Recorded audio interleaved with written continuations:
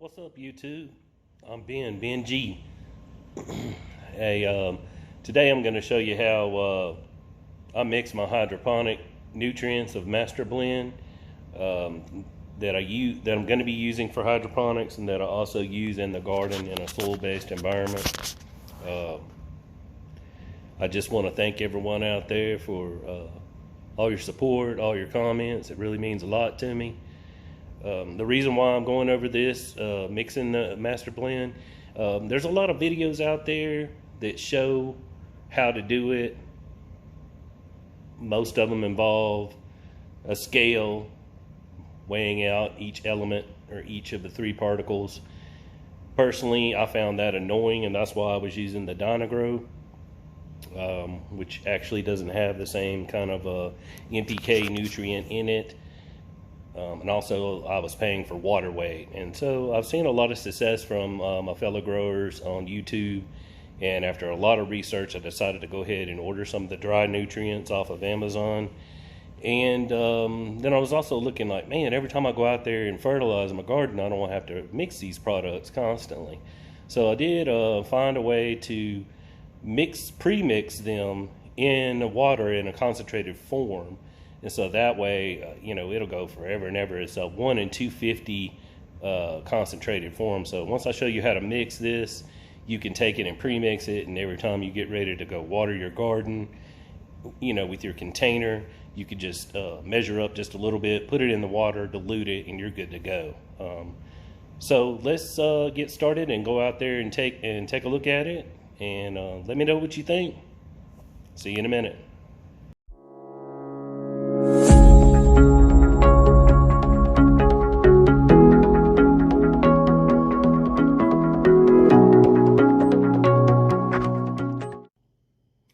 Alright everyone, here's the ingredients you'll need.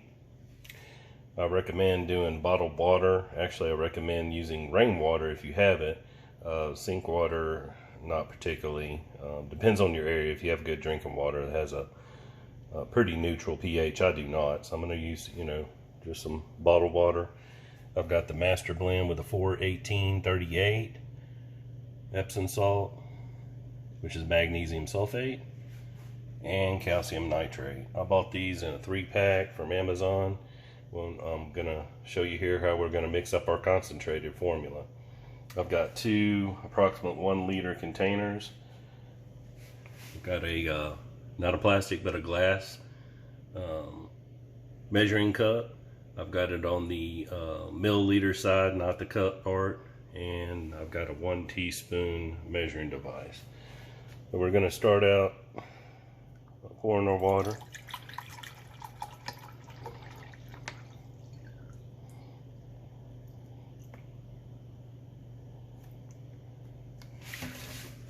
I like to be pretty precise here. Focus. Need more. Alright, so that's 500 cc's. I'll pour that into here.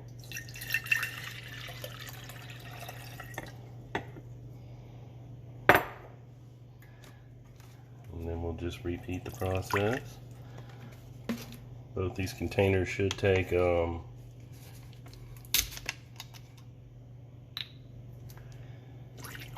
2 water bottles.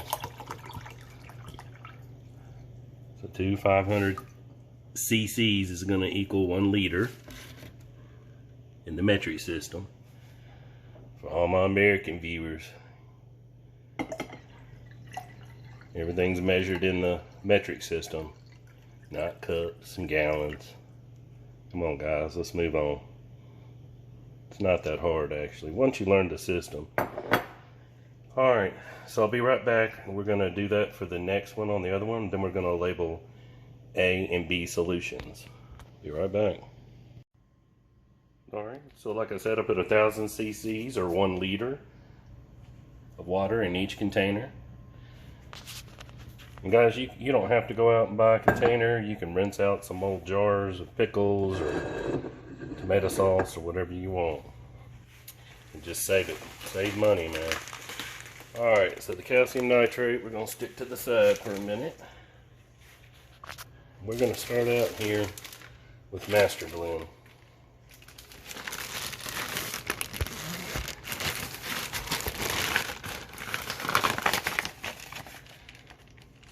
And we'll talk about each one of these as we're mixing it. Masterblend 41830, that's NPK. It's going to be, your nitrogen is going to be 4. Your potassium is going to be 18. NPK, sorry. Yeah, phosphorus is going to be 18, and potassium is going to be 38. All right, we're going to get, hold on, be right back.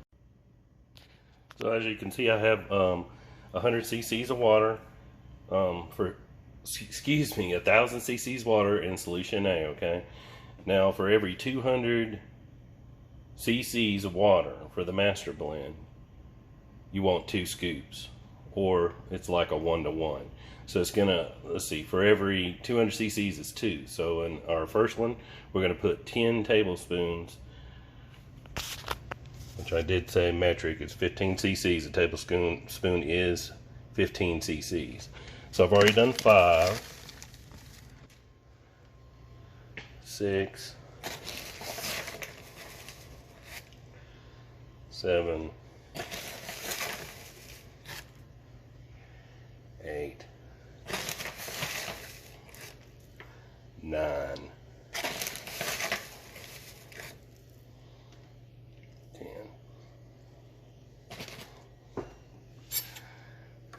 Now, this is very concentrated, just like we said at the beginning of the video. This is 250 times concentrated. So you don't want to just go out there and pour this on your plants, guys. This, when we get done with these 2 solutions, solution A and solution B, we should be able to make 250 liters mixed with water of our fertilizer. So this is a handy way to have this stuff pre-mixed.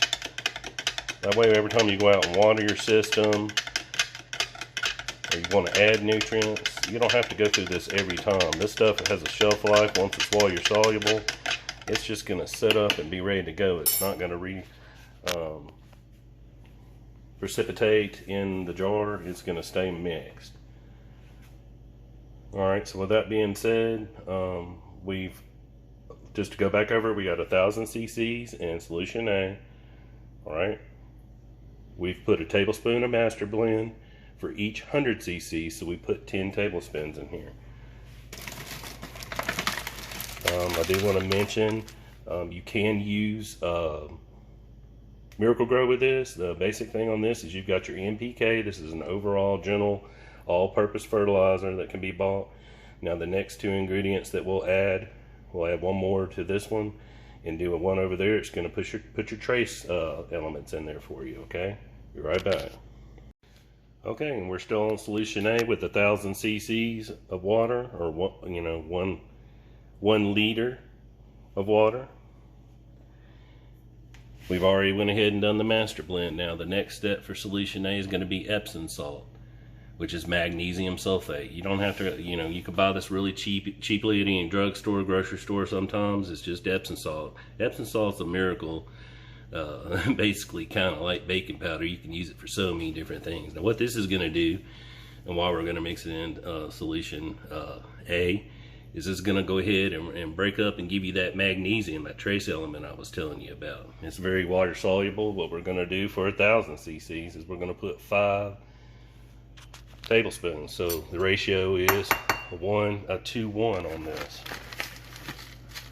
So 5 in solution 1.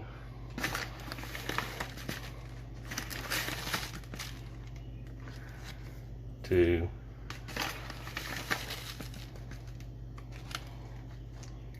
3. 4. 5. Alright. And we're just gonna stir that up. Now you can see, you know, I had this water inside the house, and we keep it kind of cool in here, so it does mix better if your water is a little warmer, but it should easily mix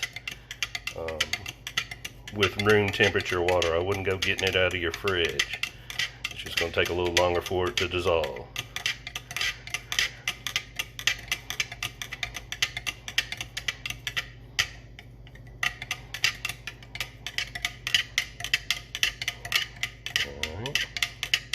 And I don't know if I mentioned this before, but you can use your old jars, you know, that you got in the refrigerator. You know, you don't have to go out and buy.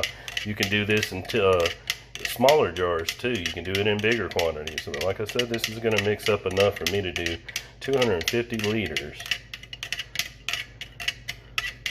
After I dilute it, when I get ready to throw it on my plants or put it in any kind of hydroponics, it's just going to be ready to go. Pre-mixed, don't have to fool with this stuff. Every time I do it, I'm just going to get a syringe and measure out how much I want, and squirt it in the water and stir up. Alright, so I just chose to, after a couple times of mixing mine, to order these cheap little 1 liter containers, so I'd have them all pre-ready to go. Alright, get ready for solution B. Be right back. Alright, so we're done with solution A. Slid it aside, put all the ingredients over here. Solution B, again, 1 liter, 1,000 cc's. Alright, in solution B, we're going to put the calcium nitrate. This may be a little bit harder for some people to find. As you can see, the NPK on it is, you know, it's just got nitrogen at 15.5. Alright, so not only are you going to get nitrogen from this when you mix it, you're also going to get the calcium, which is the other micro nutrient that you would find normally in soil, a trace element. So on this one we're going to do 10 as well. 10 tablespoons or 10 of these 15 cc's to a liter. 1, 2, 3, 4, 5,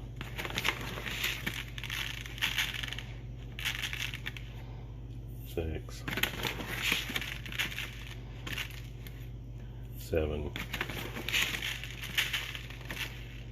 8, 9, 10. And this is, again, highly water soluble. It's going to mix up really easily. Now, you ask yourself, why in the world don't I put these two together? And it's because that calcium will precipitate, meaning it will dissolve, but then the calcium will just come back out in these granular forms. So at this highly concentrated amount, you cannot mix these two solutions together and have the same effect with everything being dissolved for your plants to uptake. So basically, this is a very well mixed. You're going to have a cloudy solution, but you're not going to have any. Let's check it out and see. Just put the lid on it so it won't spill nothing. Shouldn't have any granular amounts down here at the bottom, which I don't. So, we'll be right back. Okay, so I put pen to paper. I don't know about you guys, but sometimes seeing it and then all the numbers just sort of like may not make so much sense. All right, so we start out with 1 liter of water. This is for solution A that you can see here, and then you add 10 tablespoons of Masterblend plus 5 tablespoons of magnesium sulfate. That's for solution A. Solution B, you got 1 liter of water. You're going to add 10 tablespoons of the calcium nitrate. 1 liter equals 1,000 cc's of water. 1 tablespoon equals 15 cc's. It's going to give you a ratio of 2:1:2. So if you look at it, ratio 2, 1, 2. Not mixing them all in the same container. So whenever people are weighing this, which I'm not saying don't weigh it, but a lot of people don't have digital scales, this will work out the same way with your ppm, your EC, and your pH for pretty much good for all tomato growth. All right, now let's look at what our end product is as far as NPK. In your Masterblend, you've got NPKs, nitrogen, phosphorus, and potassium. You have 4, 18, 38. For your Epsom salt, it's just adding the trace macro nutrient of magnesium, so it has no NPK in it. Your calcium nitrate, however, has 15.5 of nitrogen, no phosphorus, and no potassium. So if you add all these columns up, all the way down, your end product after your mixture is a nitrogen of 19.5, a phosphorus of 18, and a potassium of 38. That's your end product.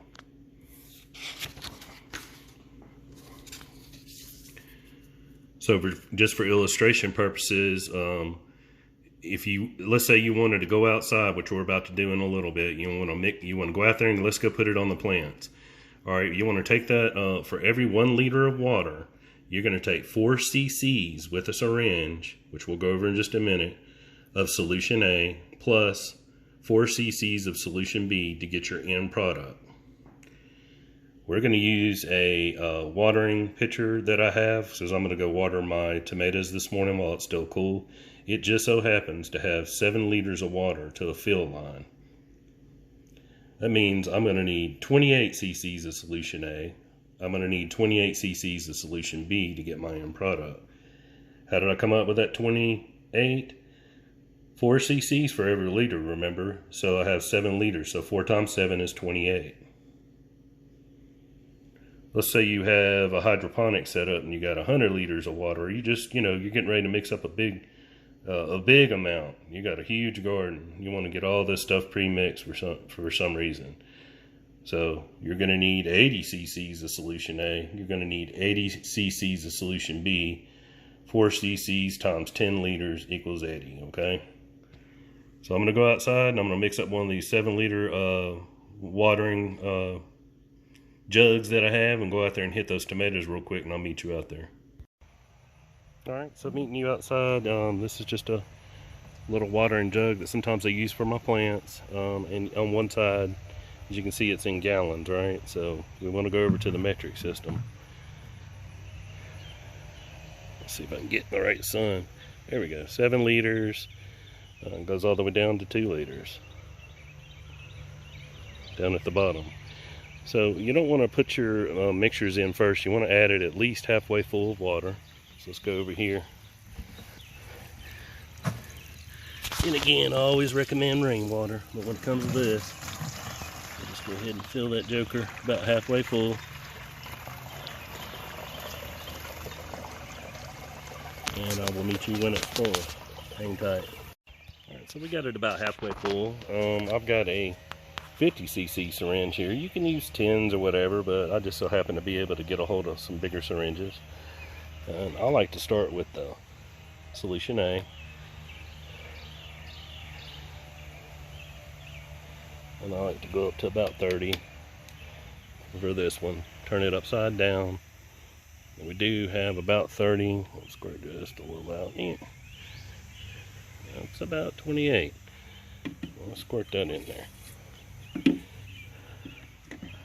I like to take it and get everything out of the syringe.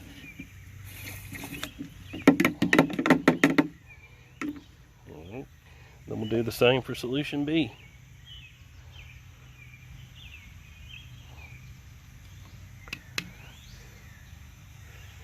And this stuff's not toxic or anything. I mean, you can squirt it out on the ground till you get what you need there. So we'll go ahead and squirt that in there. That easy. Alright, and then we'll come over here. And it shouldn't, the calcium should not precipitate out if you've got it, you know, at least 50% of your water in there, okay? I guess I haven't noticed anything precipitating out that quickly. And I'm already at the mark there. And I'm gonna go pour it on tomatoes. You are already good to go at that point. Let's go out here.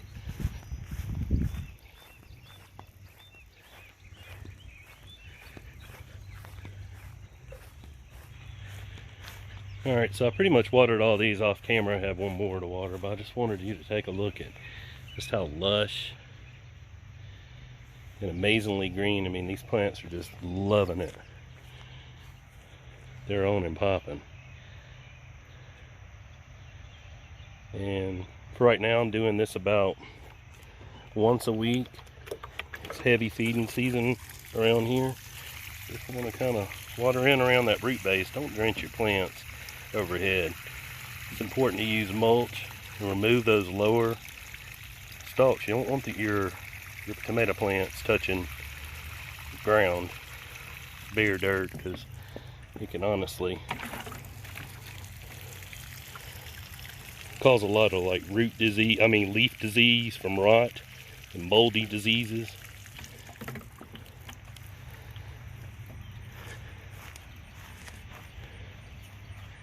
And I've got several Roma tomatoes in the works.